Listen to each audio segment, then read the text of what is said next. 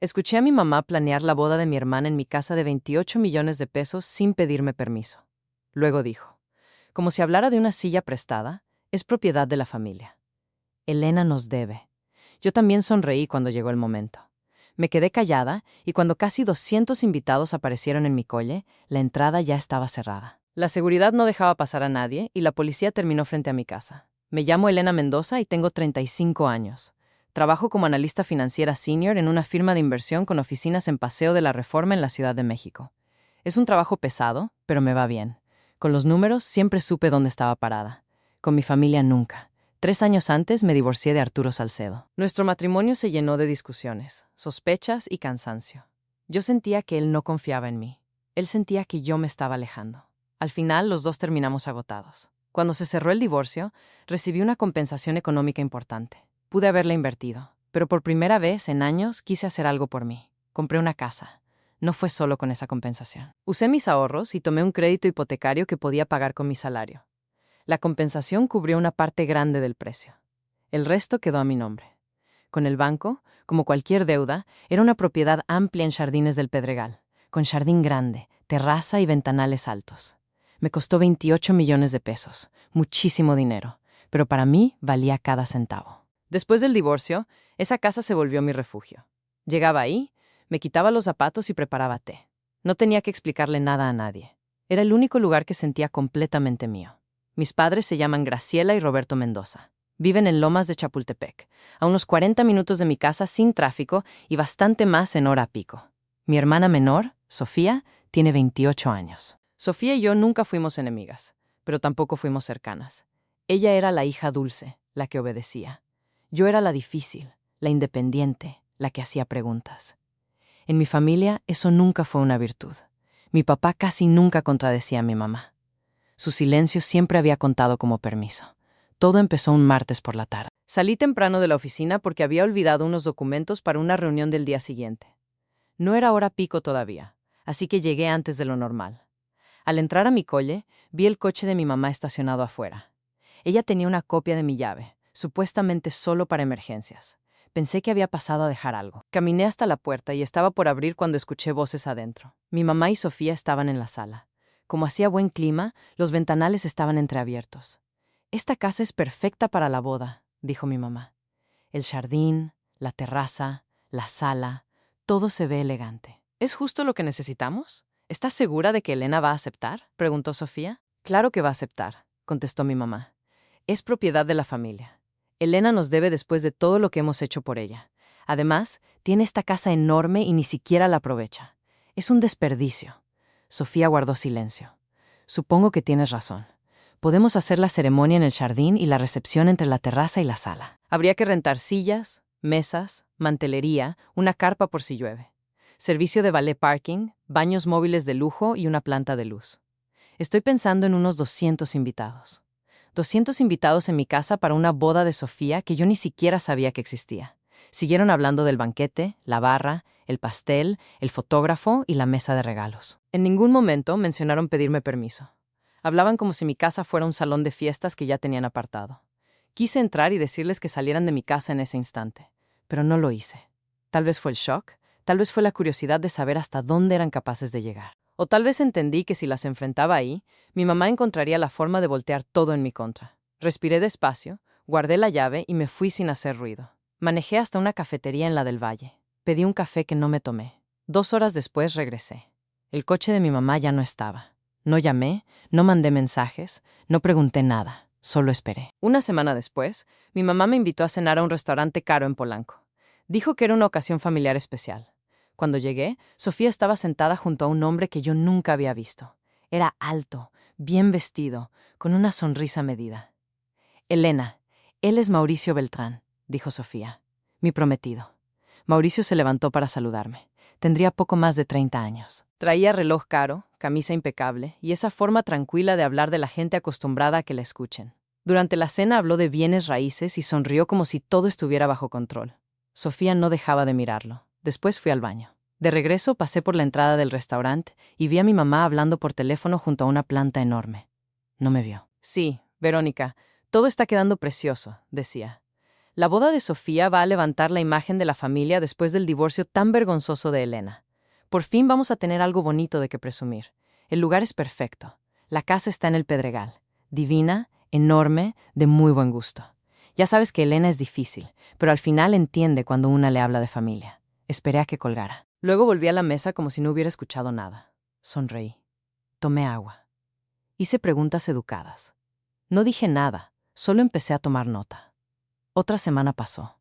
Mi mamá volvió a invitarme a cenar, esta vez en su casa. Había 3 amigas del club en la sala, de esas señoras acostumbradas a organizar desayunos y medir a la gente por la ropa, el apellido y la dirección. Durante la cena, mi mamá se levantó y golpeó su copa con una cuchara. «Tengo un anuncio», dijo. Elena aceptó generosamente prestar su preciosa casa para la boda de Sofía. ¿No les parece maravilloso? Las 3 mujeres voltearon a verme. Sonreían, asentían, esperaban.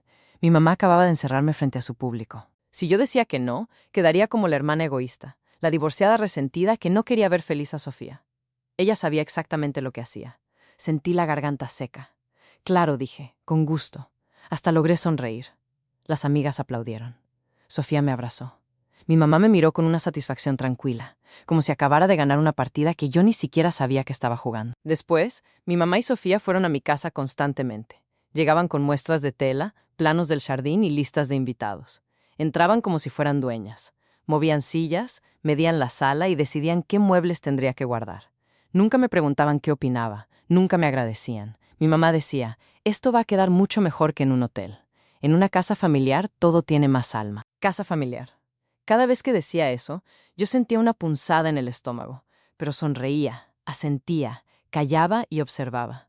También empecé a documentar todo. Compré de seguridad para mi propia casa, de esos que se activan con sonido o movimiento. Coloqué uno en la sala, otro en la cocina y otro en el comedor. No lo hice por gusto, lo hice porque mi mamá tenía mi llave. Entraba sin avisar y yo necesitaba saber qué pasaba en mi casa cuando no estaba. 2 días después, mientras yo trabajaba, ellas entraron otra vez. Esa noche revisé los audios. La voz de mi mamá se escuchaba con claridad. Elena nos debe hasta por haber nacido, decía. Los hijos tienen que obedecer a su madre. Así funcionan las familias decentes. Sofía dijo algo muy bajo. Mi mamá siguió. Elena siempre ha sido soberbia. Se cree muy inteligente, pero emocionalmente no sirve para nada. Al menos su casa por fin va a servir para algo útil. Esta boda es justo lo que esta familia necesita. Escuché la grabación completa 3 veces. La primera vez me dolió, la segunda me dio rabia, la tercera me dejó una calma rara. Ya sabía lo que tenía que hacer. Al día siguiente fui a ver a Patricia Robles, una abogada especialista en derecho inmobiliario. Necesito asegurarme de que nadie pueda reclamar ningún derecho sobre mi casa, le dije. Y necesito evitar que la usen sin mi autorización. Le conté todo. La boda, la presión pública, las entradas sin permiso, los audios. Patricia me escuchó tomando notas. Primero revisamos documentos, dijo folio real, escritura, estado del crédito. Si la casa está a tu nombre y el único gravamen es la hipoteca bancaria, nadie de tu familia tiene copropiedad, usufructo ni derecho de uso. Después vemos cómo proteger el inmueble sin meterte en un problema. Durante la semana siguiente revisó la escritura, el historial registral, los pagos y el crédito. El resultado era claro. La casa era mía. El único gravamen era la hipoteca del banco, también a mi nombre. Nadie más tenía derecho legal sobre ella. En nuestra segunda reunión, Patricia fue directa. No provoques un forcejeo. Si quieres disponer de tu casa ese fin de semana, hazlo con contrato, seguridad y permisos en regla. Patricia me puso en contacto con Productora Horizonte, una empresa que filmaba series, comerciales y escenas para televisión en distintas locaciones de la Ciudad de México. Buscaban casas grandes, con jardín y buena entrada para equipo técnico. Me reuní con el encargado de locaciones y le enseñé fotos de mi casa. Le encantó. Esto nos funciona para unas escenas de casa familiar de nivel alto, dijo. ¿Cuándo estaría disponible? Hay un fin de semana dentro de 6 semanas que me funciona perfecto, respondí. Firmamos un contrato. Productora Horizonte rentaría mi casa durante todo ese fin de semana por 120,000 pesos más depósito. Cubriría seguro de responsabilidad civil, limpieza, seguridad privada y cualquier daño relacionado con la filmación. El contrato quedó revisado por Patricia con identificaciones, anexos, seguro y condiciones claras. También se tramitaron los avisos correspondientes ante la Comisión de Filmaciones de la Ciudad de México y se notificó a la administración de la colonia. Mi casa estaría ocupada legalmente por un equipo de filmación justo el día en que mi hermana pretendía casarse ahí. 2 semanas antes de la boda, Sofía me llamó tarde. Elena, ¿puedo ir a verte? Necesito hablar contigo. Llegó poco más de media hora después, con pants, sudadera y los ojos rojos. Nos sentamos en mi sala. Por un buen rato no dijo nada. Al fin habló. No sé si quiero casarme con Mauricio. La miré en silencio. No sé si lo amo de verdad. Mamá prácticamente lo escogió. Lo conocí en un evento del club. Ella organizó todo mi vestido. La lista, las flores, el banquete, la decoración. Siento que estoy viendo la vida de otra persona, no la mía. Por primera vez en mucho tiempo vi a Sofía de verdad. No como la hija consentida ni como la hermana que siempre se dejaba llevar. La vi asustada. Le dijiste a mamá, ¿cómo te sientes?, pregunté. Sofía soltó una risa seca. ¿Estás bromeando? Me destruiría. Ya le contó a todo el mundo. Hasta consiguió que publicaran una nota en un portal de sociales sobre las tradiciones familiares y la boda. ¿Qué nota? Habló de la casa. Dijo que era una propiedad familiar con historia, que había pasado de generación en generación. La casa que compré hace 3 años con mi dinero. Sofía bajó la mirada. Lo sé. Perdón. Debí decir algo. También debí decirte que no estaba bien usar tu casa como si fuera nuestra. No lo voy a justificar. Me dio miedo enfrentarla. Sí, yo sabía ese miedo. Sofía, le dije, ¿qué quieres tú? Se le llenaron los ojos de lágrimas. Quiero tomar mis propias decisiones. Quiero sentir que mi vida me pertenece. Me acerqué y le puse un brazo alrededor de los hombros. Entonces empezó a llorar de verdad. Esa noche entendí algo que debía haber visto antes. Sofía y yo éramos víctimas de la misma persona. Mi mamá nos había manipulado a las dos, a mí con culpa y rechazo, a ella con aprobación y control. Aún así, yo sabía que en 2 semanas todo iba a estallar. La productora llegaría, la boda se cancelaría y una parte de mí quería ver la cara de mi mamá cuando pasara. No le conté a Sofía sobre el contrato. Me sentí culpable, pero podía decírselo a mi mamá, quizás sin querer. Una frase, una duda. Y Graciela Mendoza encontraría la forma de adelantarse. Necesitaba conservar la sorpresa. Así que abracé a mi hermana, le hice té y la dejé llorar en mi sillón. El día de la boda llegó. Me levanté temprano. No me quedé en casa. Manejé hasta una cafetería sobre una avenida cercana. Desde donde alcanzaba a ver el acceso a mi colle, pedí desayuno, café y me senté donde podía observar sin que me vieran. A las 6 de la mañana empezaron a llegar los camiones de Productora Horizonte. Bajaron estructuras, luces, cables, carpas técnicas y equipo de filmación. Colocaron vallas temporales alrededor de la propiedad y señalización visible. Filmación en proceso, acceso restringido, personal autorizado únicamente. También llegó seguridad privada con chalecos amarillos. Tomé un sorbo de café y esperé. Alrededor de las 9 empezaron a aparecer los primeros vehículos de la boda. Llegó un camión de banquete, luego una camioneta de flores blancas, después el mobiliario. Todos se detuvieron frente a las vallas confundidos. Los guardias les negaron el acceso, les mostraron documentos, les explicaron que la casa estaba rentada para una filmación y que nadie ajeno a la producción podía entrar. Después apareció el coche de mi mamá. Graciela se bajó como si fuera a arreglarlo todo en 30 segundos. Sofía venía detrás de ella vestida de novia. El vestido era impresionante, blanco, elegante, hecho a la medida. Yo sabía que había costado 140,000 pesos. Porque semanas antes, Sofía había dejado el recibo sobre mi mesa del comedor. Desde mi mesa no alcanzaba a oír todo, pero sí veía los gestos de mi mamá. Señalaba la casa, señalaba a Sofía, señalaba los camiones, movía las manos con furia. Los guardias no se apartaron. Uno de ellos sacó una carpeta y le mostró el contrato. Ahí fue cuando mi mamá empezó a gritar. Su voz llegó hasta la terraza. Esta es la casa de mi familia. Hoy es la boda de mi hija. Los técnicos siguieron trabajando. Nadie de la productora se alteró. Estaban preparados. Los coches empezaron a estorbar la entrada de la calle y varios vecinos salieron a mirar desde sus rejas. Algunos invitados bajaban confundidos, otros se quedaban dentro de sus autos llamando por teléfono o preguntando qué pasaba. Luego llegaron 2 patrullas de la Secretaría de Seguridad Ciudadana. Los policías hablaron con los guardias, revisaron los permisos y después hablaron con mi mamá. No estaban ahí para decidir una pelea familiar, sino por un conflicto en la vía pública y una calle llena de coches. Uno de los oficiales negó con la cabeza mientras mi mamá le gritaba y le apuntaba con el dedo. Para entonces, los invitados ya estaban llegando. Mujeres con vestidos largos, hombres con traje, personas bajando regalos, preguntando qué pasaba. Algunos miraban sus celulares, otros empezaron a grabar. Casi 200 personas estaban afuera de mi colle sin saber si esperar, irse o fingir que no veían el desastre. Sofía estaba a un lado llorando con el vestido de 140,000 pesos.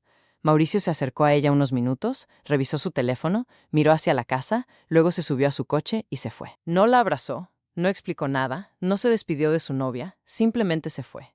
Mi celular empezó a vibrar. Llamadas de mi mamá, de mi papá, mensajes entrando uno tras otro. No contesté. Pedí otro café. La policía pidió que despejaran la zona y que nadie intentara entrar por la fuerza. Los invitados se fueron poco a poco. El camión del banquete se retiró. La camioneta de flores también. Sofía subió al coche de mi mamá, todavía vestida de novia, y se fueron. La productora continuó trabajando como si nada hubiera pasado. Terminé mi desayuno, pagué y salí por otra calle. Pasé el resto del día en el departamento de una amiga con el celular apagado. Cuando encadas perdidas y más de 60 mensajes. La mayoría eran de mi mamá. Los primeros estaban llenos de rabia. ¿Cómo pudiste hacerle esto a tu hermana? Destruiste el día más importante de su vida. Esto no tiene perdón. Luego cambiaron de tono. Gastamos una fortuna en anticipos. Tienes que devolvernos el dinero. Si tuvieras un poco de decencia, te harías responsable. Escribí una sola respuesta. No te voy a dar ni un centavo. Planearon una boda en mi casa sin pedirme permiso. Las consecuencias son de ustedes. Después bloqueé su número. Pasaron 2 semanas. Evité redes sociales, me concentré en el trabajo y traté de actuar como si la vida pudiera volver a ser normal. Entonces, mi papá me llamó desde un número que no reconocí. Elena dijo con voz cansada: «Tu mamá dice que está enferma.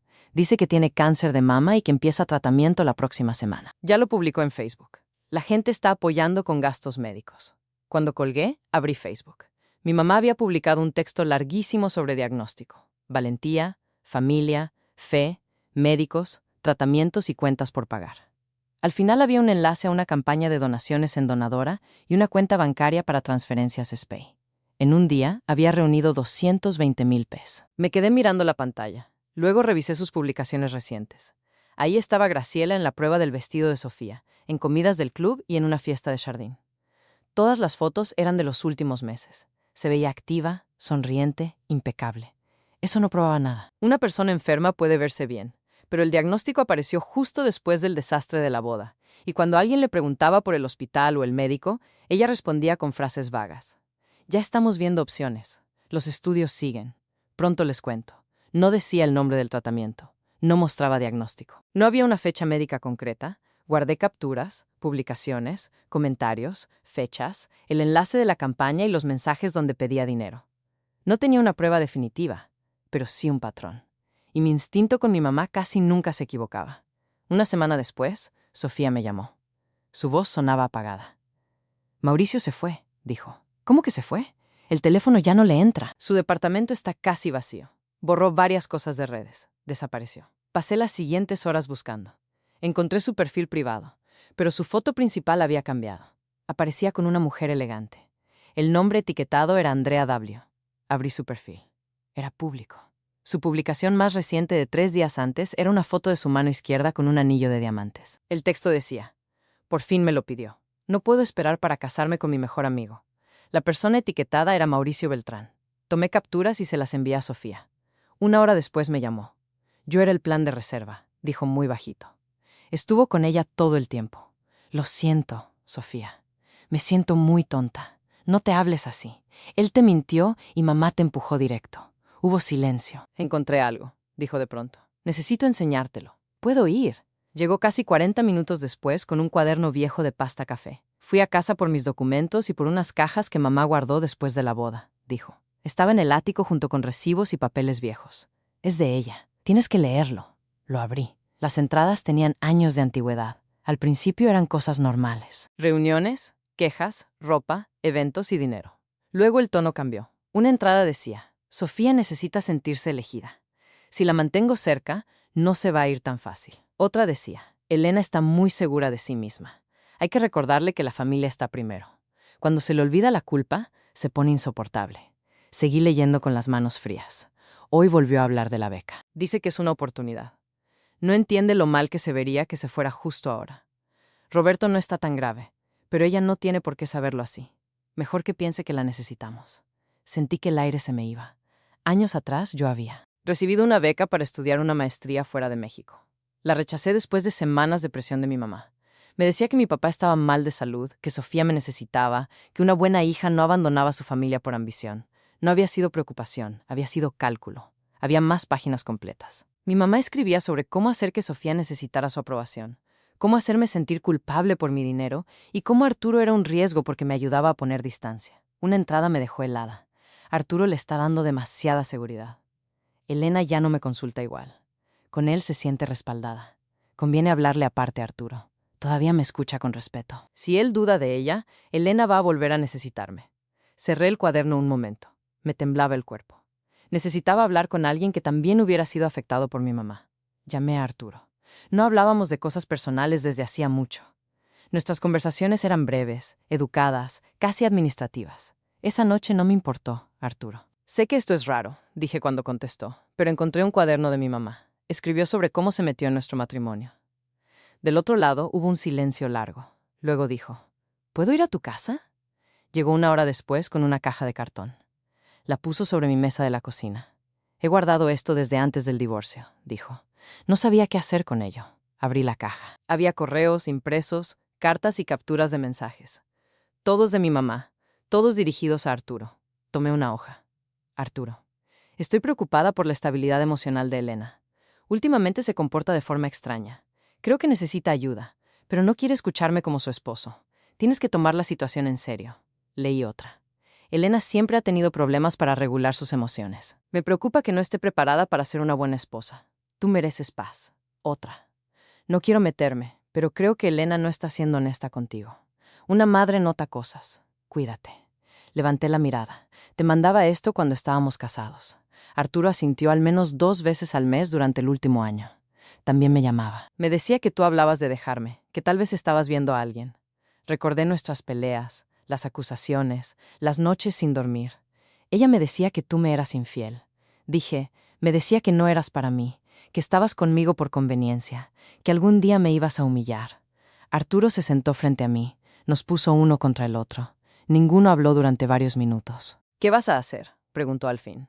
Sofía y yo vamos a enfrentar la mañana en casa de mis papás. ¿Quieres que vaya? Sí. Esto también te lo hizo a ti.